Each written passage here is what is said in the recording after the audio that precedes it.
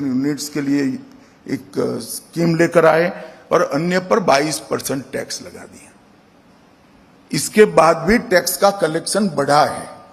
Ease of doing business में 40,000 से ज्यादा कॉम्प्लायंस हटा दिए गए, 40,000 से ज्यादा कॉम्प्लायंस, आप कल्पना नहीं कर सकते।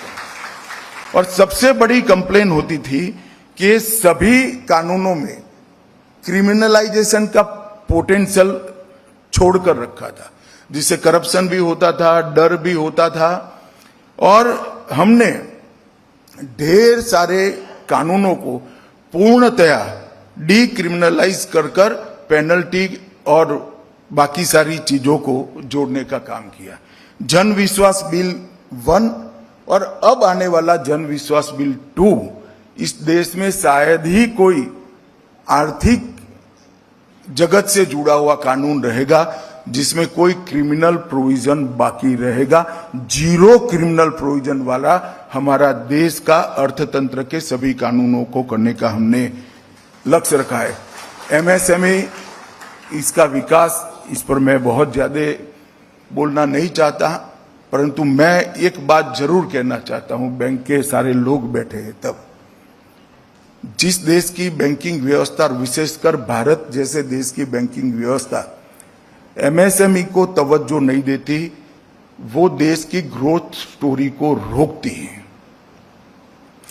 क्योंकि जो युवा जिसके मन में कुछ करने की धगस है, कोई हिम्मत है, उसको अगर हम सपोर्ट नहीं करते हैं तो हम आने वाले दिनों के एक बहुत बड़े पोटेंशियल इंडस्ट्रियल हाउस को सीमित कर रख देते हैं।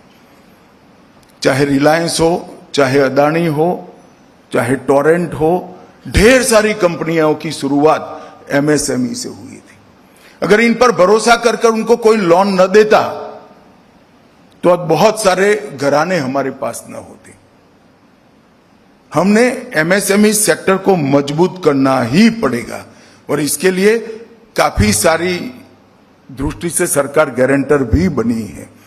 डिजिटल और फिनटेक के माध्यम से, यूपीआई के माध्यम से भारत में एक डिजिटल रिवॉल्यूशन सामने आया है। 2024-25 में जितने भी डिजिटल ट्रांजैक्शन हुए हैं, इसमें हर दूसरा ट्रांजैक्शन भारत में हुआ है।